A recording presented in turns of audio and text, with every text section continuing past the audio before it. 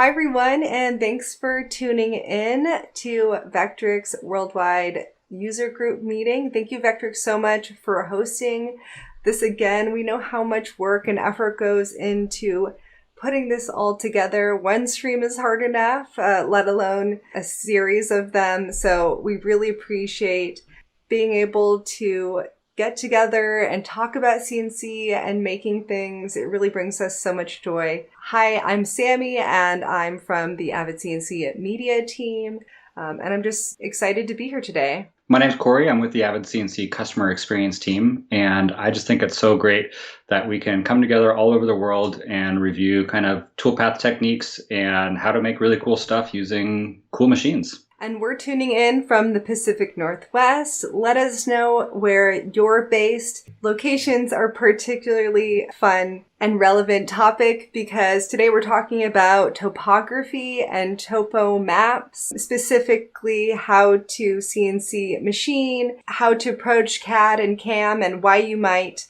make certain choices. This topic is really interesting, and I think is a really good example to illustrate and demonstrate how you can approach designing and machining and programming to achieve different goals based on your limitations and what you have available. So you can apply this strategy to not only topography maps. So even if you're not super interested in topo maps, I think that this will be really relevant for most makers who run CNC machines, because it can really give you an insight in how to approach different types of machining based on many different factors. Without further ado, we're going to jump into our presentation. We will be back at the end live for Q&A. So if you have questions, please feel free to drop them in the chat, and we'll also address them live at the end. So please enjoy this work of art that we've made, and then our presentation to follow. Yeah, let's climb in it.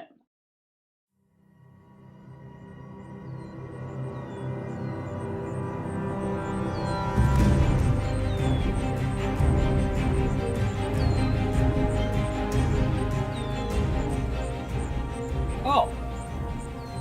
Greetings, fellow machinist. Traveler. Oh, hey, Maker. May I ask you where you're headed? Sure, I'm on my journey to the top of Mount Vectric. Oh, me too. I'm a bit lost, though. I can't seem to get a good coordinate of where I'm at right now. Would you mind if I take a look at your map? Of course. May I take a look at yours? Yeah, you can look at mine. Oh. The offsets and coordinates are way different. You have different feed rates settings as well. I also see you have a different machining strategy completely. It's almost like there's more than one way to the top. Looks like it. And it looks like you're going to climb the mountain, and I'm taking the more conventional route. We just have different paths to the same place. Perhaps we should just continue on our own toolpaths. I'll see you up there. In fact, I'll CNC up there. Be sure to watch your step over. Safe travels.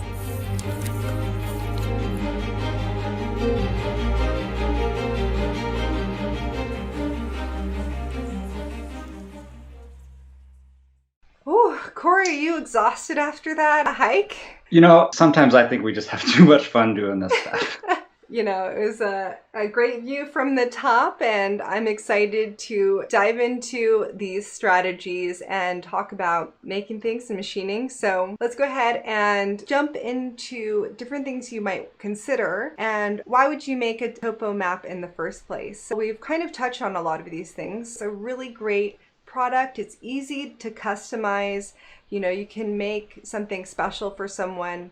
Architectural models, custom art pieces, sellable, approachable product, right? I think it's a really interesting problem to solve, reducing your machining time, trying to balance aesthetics with efficiency, the scale of the object. You know, there's different machining strategies, 2D, 3D, picking the best one for the aesthetics you're trying to achieve. They're really beautiful objects, and you have a really good feeling at the end when you finish one. It's really personal. You can connect with the location that you have selected. There's so many different materials as well. You know, I see a lot of wood-based ones. I've made a lot out of foam, especially for the architectural models. That's something I just wanted to call out, was all these kind of specific things about why topo maps are really interesting to us. Yeah, and I think highlighting the personal aspect of these maps, you know, when we talk about map making, by definition, it's a localized area. And so really that definition of it is a personal local map. And there is something really great about being able to do that for either yourself, your family, or one of your clients.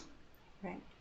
So let's first focus on the vector strategy here. So there's so many resources in how you can import and find designs and vectors online. The one in particular that I ended up using we'll talk about, but if you have a particular resource you like to use, you can feel free to share that. But we're going to focus more on the CAD and the CAM rather than where to find all of the vectors and 3D models and those kinds of resources, because Ed gave a very wonderful talk in 2018, I believe. So. Yeah, for the Vectric user group. He has a wonderful talk about all these different resources you can use to find the best STL or different types of file formats. And that's its own whole conversation. So we'll focus on creating the CAD or the CAM approach for each type of strategy. So the resource that I use in particular here is called contouraxismaps.com. And it was a really simple, easy to use. I was able to kind of scroll around, type in the location I wanted to use,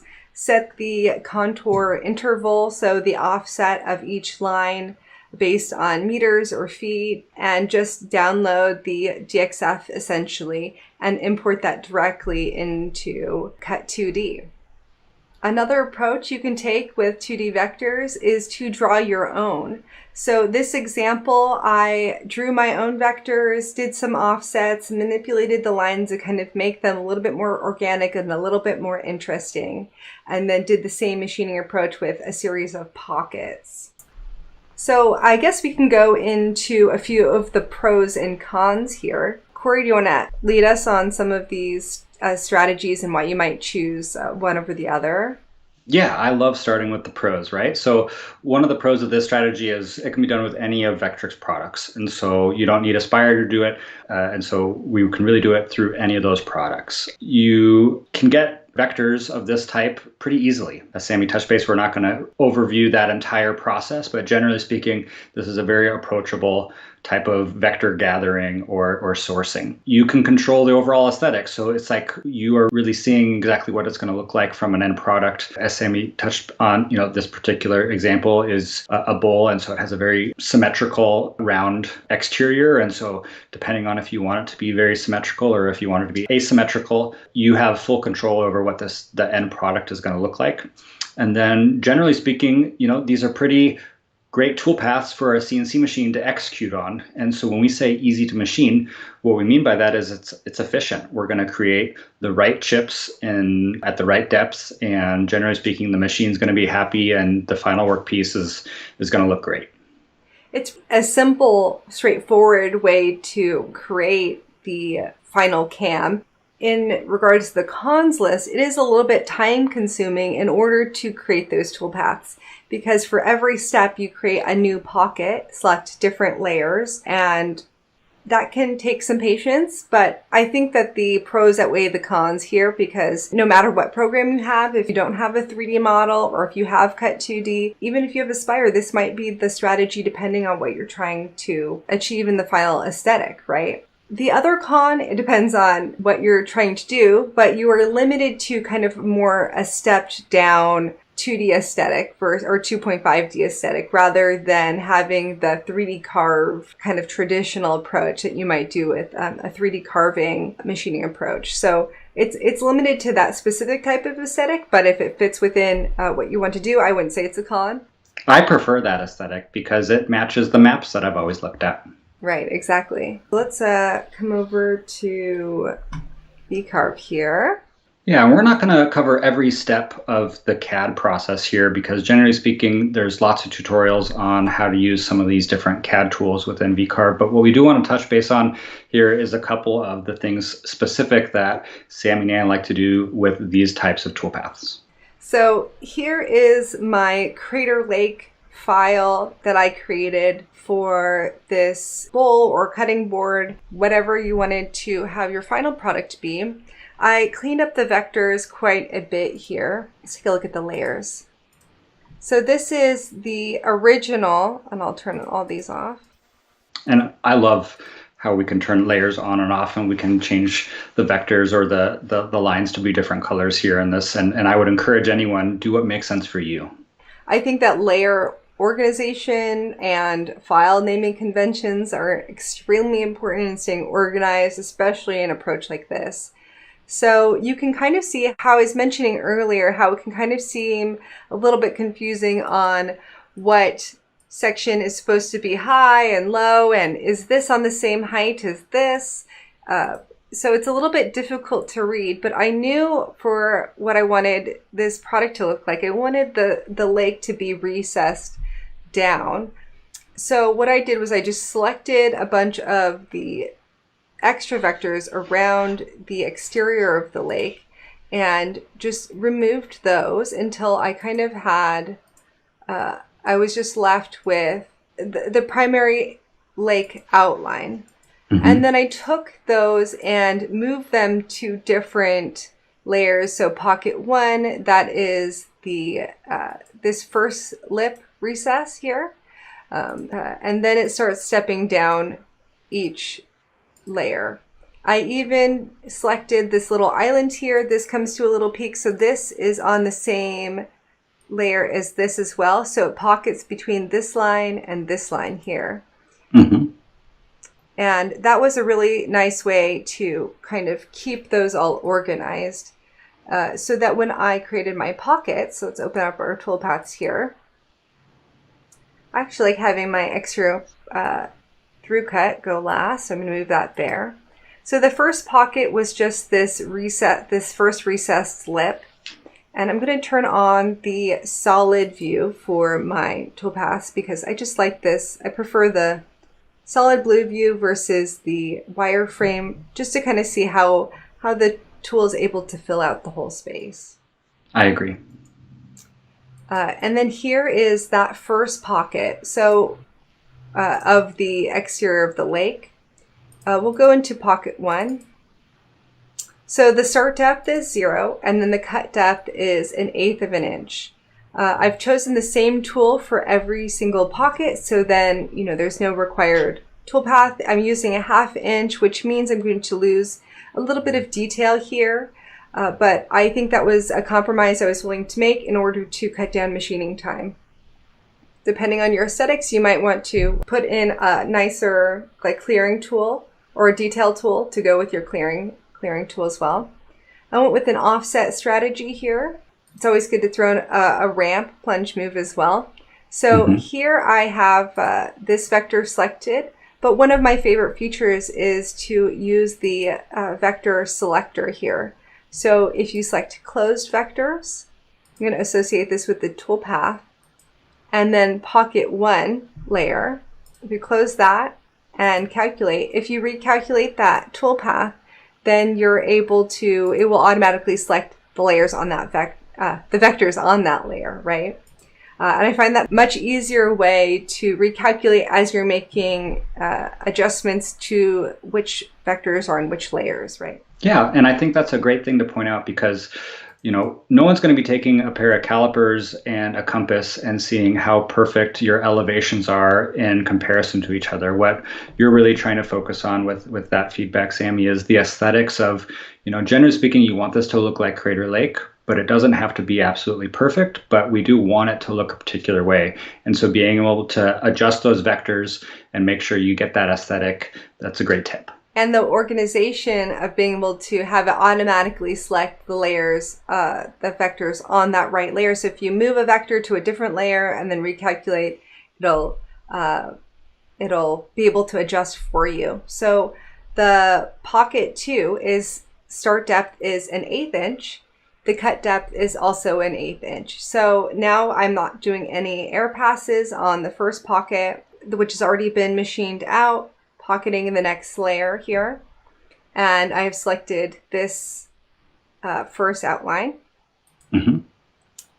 Then we'll go into pocket 3, which is, if I close this view, is the next step down. Mm-hmm. And that starts at a 1/4 inch. So what I think is the simplest way to make each pocket toolpath, instead of starting from scratch every time when you're creating a new pocket, I would just select, say we want to make one slightly deeper than pocket 8. I would right click, duplicate, and then go in and open this toolpath.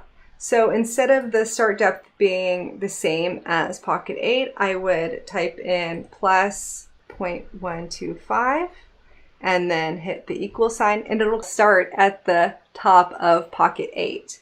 The cut depth is going to be the same. The tool settings are the same.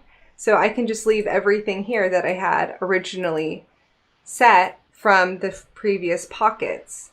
And then I would just change the name of the pocket to pocket 9, and then select my next vectors. So I think that's a really nice way to be able to quickly create new pockets and select as long as you have your vectors well organized, it's pretty quick to set up your series of pockets as well, right? Yeah.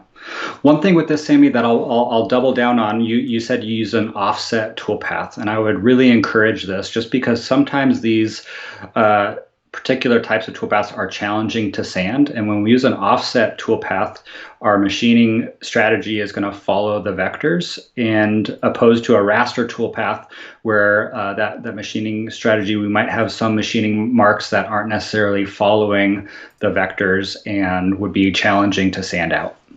Right. Let's just preview this.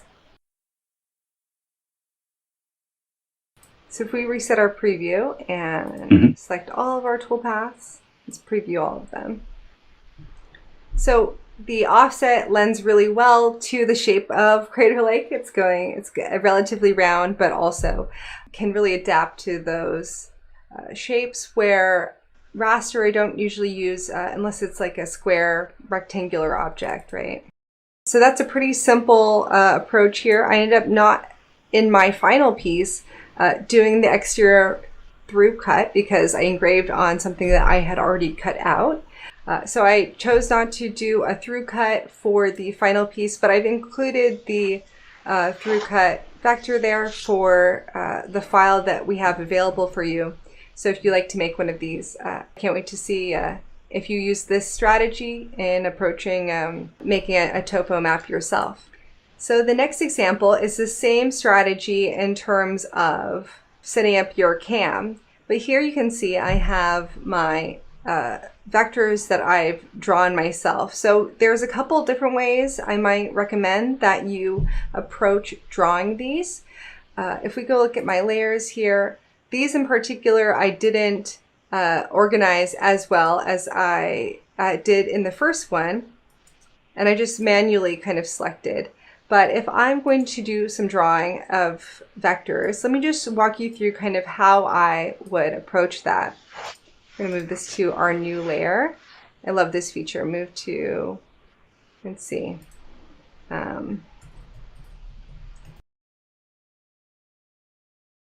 So I have my outline that I'm working within, and I really like to use the drawing curve, and this can be a really nice way to kind of just use the inspiration from something you might remember. So there's two ways I would do this. I would either just go ahead and draw each individual layer like this, which you can see this doesn't take too long at all, and it's nice because it gives you a little bit of variation in the, what I would call, you know, this is kind of my painting school days, but the line quality, the thick to thin of a line. So you can see it has some variation here from it's wider here, thinner here, which I think is a little bit more kind of true to the topo aesthetic. You can do a couple different shapes here and then have them meet Another way to do this is to draw a few of those shapes, and then we would shift select our vectors here and create a series of offsets. So offset outward, point to whatever you kind of aesthetically prefer. Just try out a couple different things. So now you can see I've made an offset, and you can continue to do this. Select, and I like to kind of group each section as I go, so that when I go back to select to program the pockets, they're already kind of grouped onto the same height layer. Yeah, I really like that offset strategy. I like to also add in some node editing in between some of those offsets to give a little bit more of that natural, more inconsistent line width around. If you just use a pure offset, you will find that your step downs end up quite uniform around the central point, and that looks a little less natural. You're right. It is a little bit more uniform, right, as you were saying, whereas like the variation kind of gives it a little bit more of that organicness. I also like to say select new when I am using this, because then if you make an offset, it selects the next one, and you can just continue to click. If you select the exterior, it will also help you. If I reverse and say inwards, it will make the shape between the exterior profile and the vectors I have in the middle, which is kind of a nice combination there as well. So that is one approach into creating those vectors as opposed to importing vectors, which I like both, depending on what you're trying to do. It's always nice to import vectors from a specific place you love, but it's also nice to create vectors that give you a very specific aesthetic you're trying to go for, right? Yeah. Well, let's climb into the next strategy. All right, well, let's talk a little bit about using a 3D model and creating a 3D carving, or what we might consider as a more traditional Topo CNC project. Sami, have you done a 3D Topo project before? Yeah, definitely. I've done quite a bit of architectural models for firms here in Portland, larger format that have taken 15 hours to run because it was 3 foot by 4 foot out of sign foam or very specific Ren foam, which is ideal for something like this. So I've done quite a few of those for that particular strategy, which required a lot of specific scale so that the models would fit. And that can be kind of challenging when you're putting together 2D and 3D elements. We got a couple of pros listed here. Would you mind reviewing those and just letting us know kind of why 3D models are a great way to approach this? This is kind of, I consider this a little bit more of a traditional 3D carving in terms of topography maps. I guess they're less maps and more just like traditional mountain models. It's a great way to practice 3D carving and integrate it in different kinds of elements and what you might be trying to achieve. Because when you're looking at a 3D carving of a mountain, you can kind of identify different ridges that you might have been to, but generally it's kind of sculptural enough that it doesn't necessarily have to be the most perfect machining approach. But this really gives you a classic 3D carved aesthetic, which that's what you're looking for. It's a really great bonus. It's simple to program the toolpaths. I think it's because Vectric really sets us up with our 3D roughing and our 3D finishing toolpaths. It's pretty simple to approach as long as you have the tools available, the router bits with the tapered ball end mill to get all of the detail. I think it can be kind of challenging, honestly, to source the 3D models, though. The challenges I had was finding a high quality STL file or OBJ file, finding the exact location I wanted. You kind of get into a lot of these science sourced websites that have 3D scans of different areas. Ed definitely goes into this in his talk, so I would really encourage you, if you want to learn more about sourcing those kinds of models, to go watch his talk, because he also gets into height field maps, which we don't get into that today, but it is very closely related to doing kind of more of this traditional 3D strategy. I also think it there are much longer machining times to do all of this fine detailed work. So that's kind of a con for me in particular in this machining approach. Yeah, as someone who really appreciates material removal rate, this type of machining is what I consider very delicate. And so we're not creating a lot of chips. We're more creating very high detail. And so it can definitely feel really inefficient. But the end product, I feel, has an amazing aesthetic and really encourages people to reach out and touch the map. It really draws us in to really feel or look at the texture that it creates. And I think it's really unique. Yeah, and I think definitely with a lot of the updates that Vectric has made to 3D carving strategies in the last few years has really helped with improving machining time. So being able to use multiple tools in your finishing strategy definitely help with the machining time in this example. So I guess just to touch on the source that I use for this particular project for this is Mount Vectric.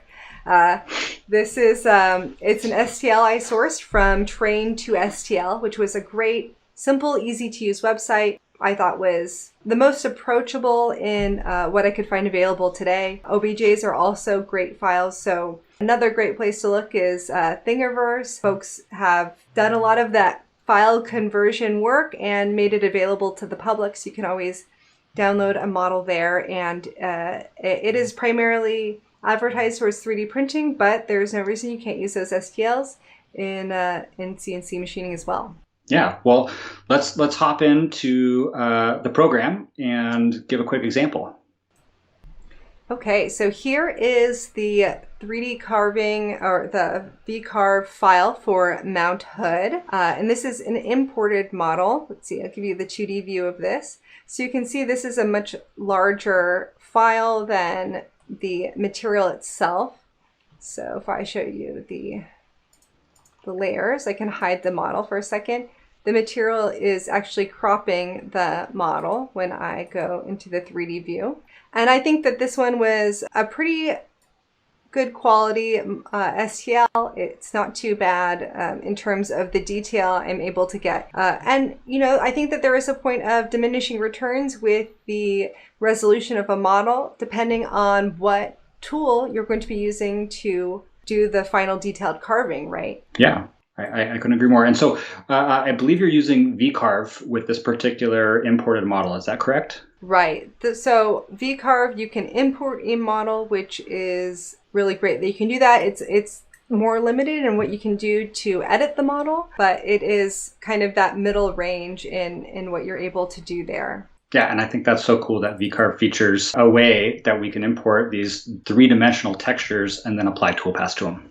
So I used a 1/2 inch end mill here to do the rough machining for the mountain. I don't like to waste time with removing as much material as I can. So I used the 1/2 inch tool to do a lot of clearing there. The machining allowance I left at 4 thou there, and some material for the ball nose bits to remove.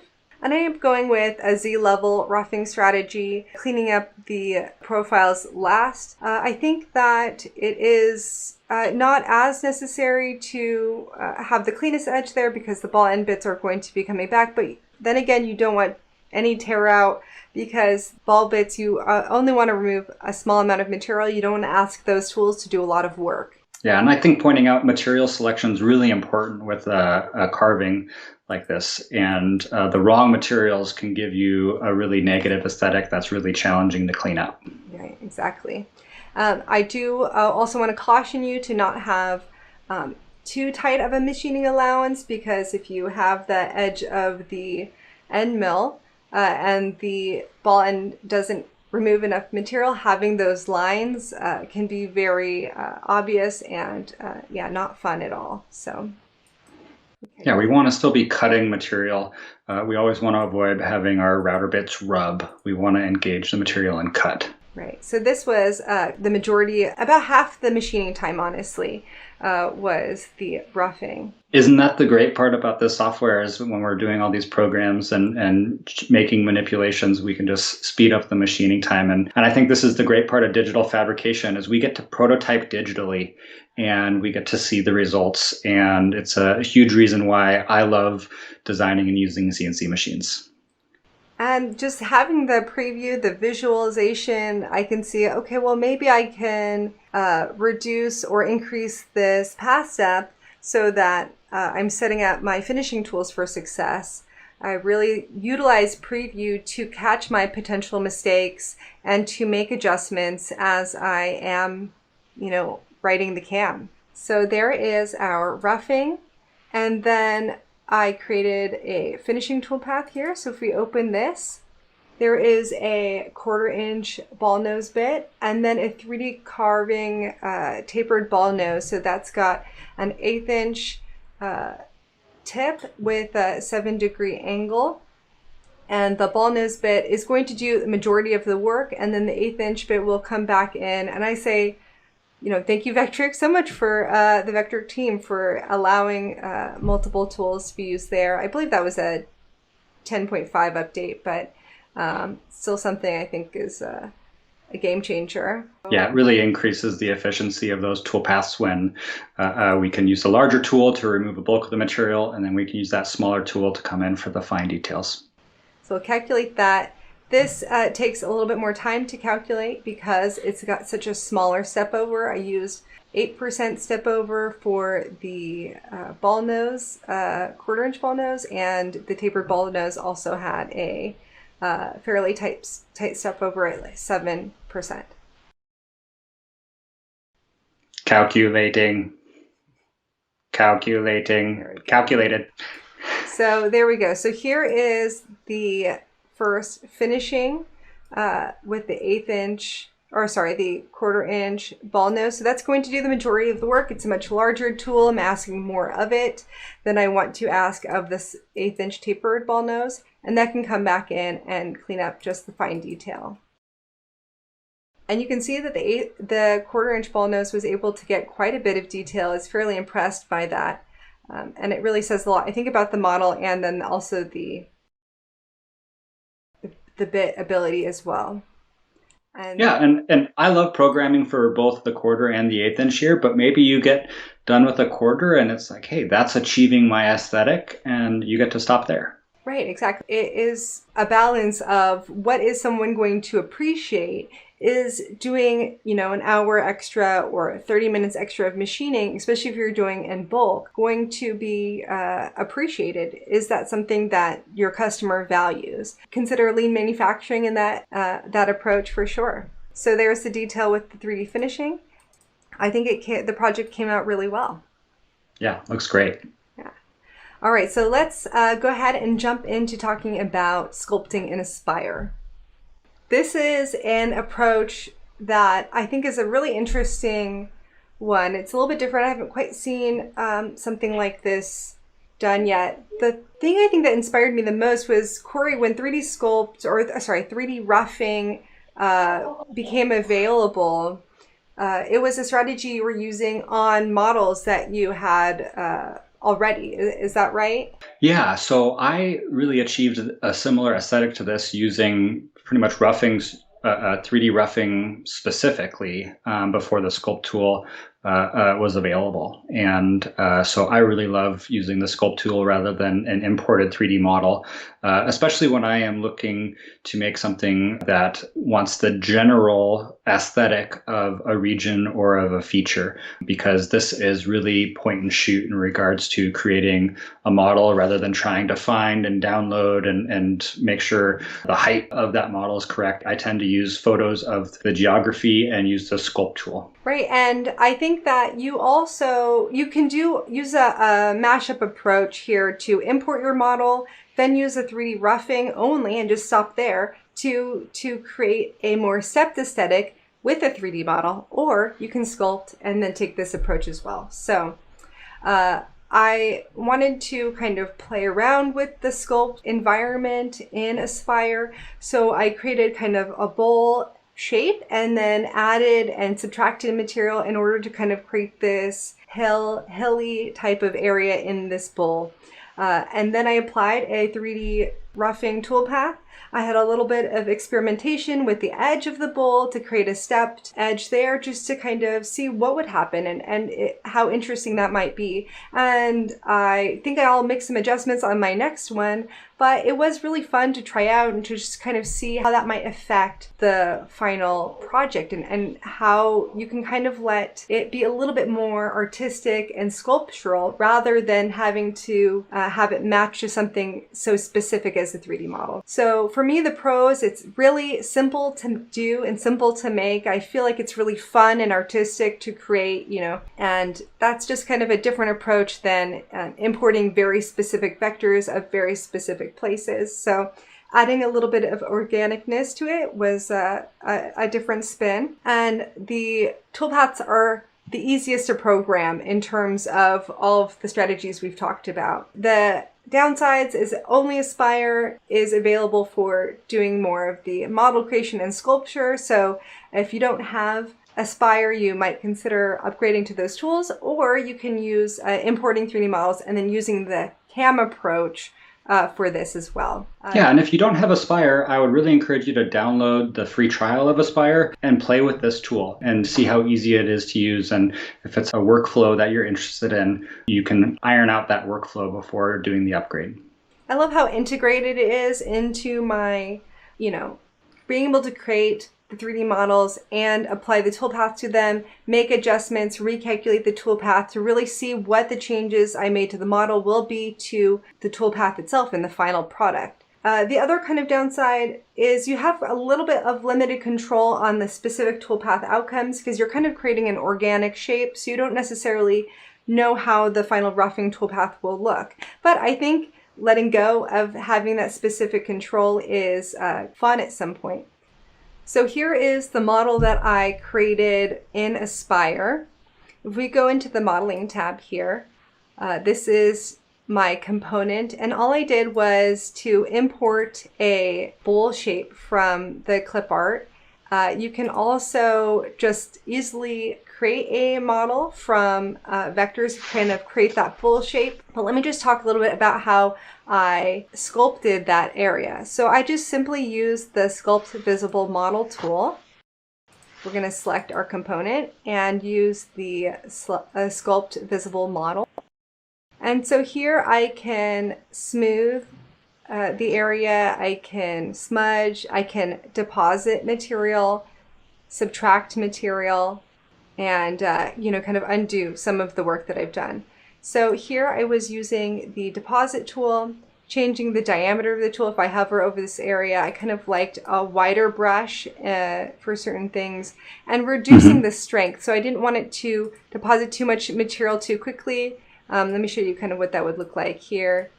It kind of adds it too quickly and makes it high points really quickly. So I kind of liked a lower strength tool to kind of let me have a little bit of softer waves. But you can also use this remove tool to kind of bring those down. You know, it's nice to be able to just slowly sculpt the shape that you are looking for. Okay, so we'll say, okay. So here's my model. I'm not sure how this little mountain here will come out, but here's my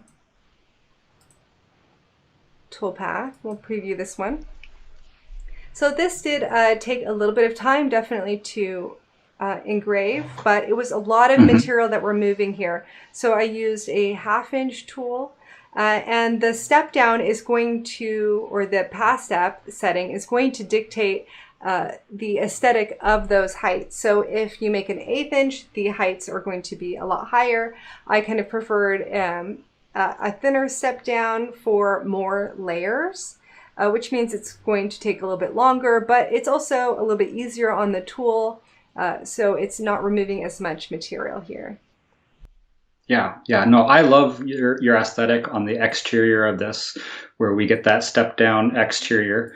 And I think this could be a really fun strategy to do like an epoxy filled either a piece of art or a coaster or a localized map, and have that be epoxy filled potentially could look really great. Oh, yeah. Yeah, I was thinking about that for the Crater Lake one as well, to have a blue lake on the bottom and then clear on the top to kind of fill it in and be able to use it as a surface. So you can see how easy this was to program and then to just set up and run. I think that one was the easiest in regards to how quick it was to set up the toolpaths, and I think a fun way to approach creating the model in the first place. So yeah, I think it's really fast. You don't have to find the model. You don't have to make sure it's in the right type of file format. You don't have to clip or crop that model. You can just draw the model, or I shouldn't say draw. You sculpt the model, and then it's, yep, you're right into creating toolpaths and getting that on the machine. Right, and with all of Vectric's new additional tools, there are so many more ways that I think you can approach different types of machines to create different aesthetics. So if you have any other ideas on how you might expand on this, please let us know, please share, and we love to try them out. We're going to jump into the live Q&A now, so we'll answer all of your questions.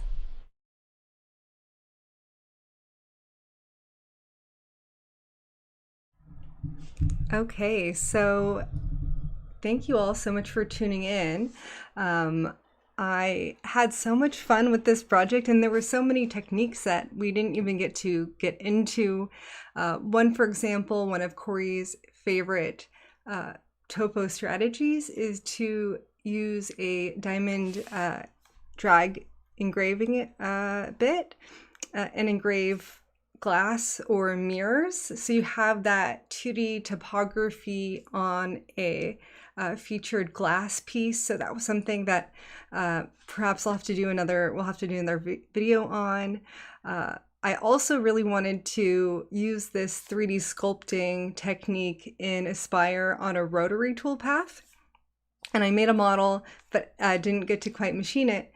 But the idea was to use the 3D sculpting to create a rolling pin.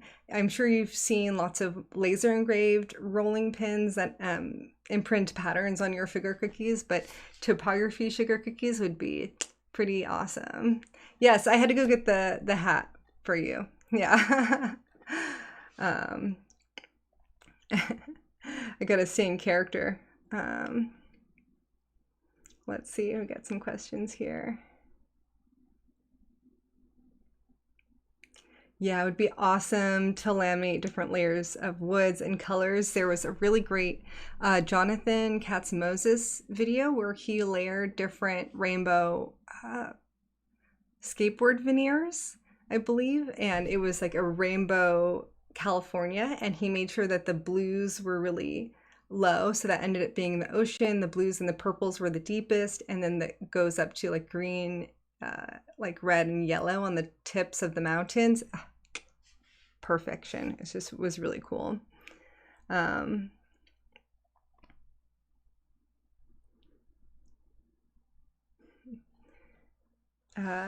Awesome. Yeah, so many personal ideas. Well, you know what? Personal projects are a great way to learn about how to best execute and play with different materials. I love just getting to experiment with different scrap pieces that I acquire from friends at different fabrication shops around town, you know, trying out things like Velcro mat or what's it called? Oh, it'll come to me. Anyways, just like really odd materials you don't normally just pick up at your big box store. Let's see. Do you find that edge/face grain is better than end grain? Yeah, I would say. Typically, I feel like you're going to get a lot of tear out on the end grain. And you know, kind of ball nose bits will kind of have a fuzzy approach. So cleaning them up is, you know, having a firm kind of nylon toothbrush or something that won't, like, I wouldn't use like a brass brush, you know, something to really grab them into the wood grain. You don't want to leave too many marks there, but figuring out what the best way to clean these things up. I use my Fordham, basically a Dremel, to with some different sanding attachments to clean these up. I would really like to, refine the balance between having a really good step over, but also efficiently machining. So you might consider those things as well.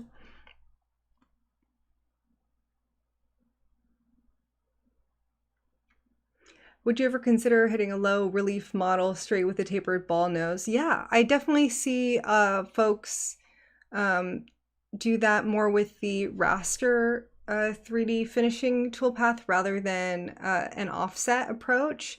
And you're really able to utilize the whole cutting edge of that bit. I think that's a great strategy, definitely.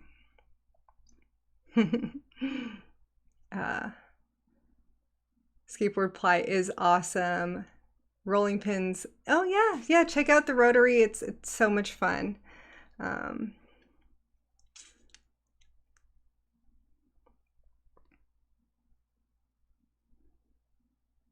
Well, I hope to see, I hope you all get to bring your topography ideas to San Diego next year. I can't wait to see that.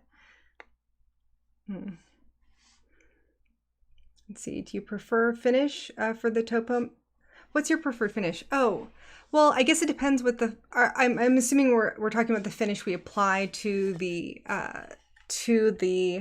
product itself.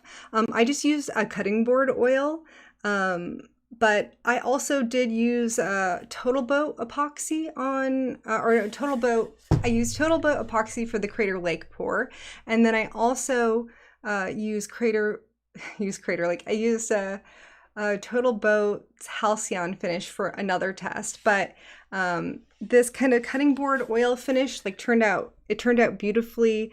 This way it could kind of be a fruit bowl or something, something kind of a modern centerpiece.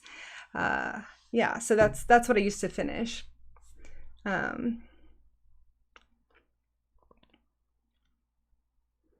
Yeah, so lots of excellent pro tips and ideas. Thank you all so much for tuning in and sharing all of your ideas and feedback. Thank you to Liz, our new videographer and video editor, who helped out with this talk significantly. And I also want to say, great job to Brian as well for his design in the dust boot. And also, my co-host Cory. He's always amazing and brings the most incredible perspective to these talks. So thanks everyone for participating and being here. We really appreciate you. And we'll see you in the next live stream, I guess. Okay, happy making.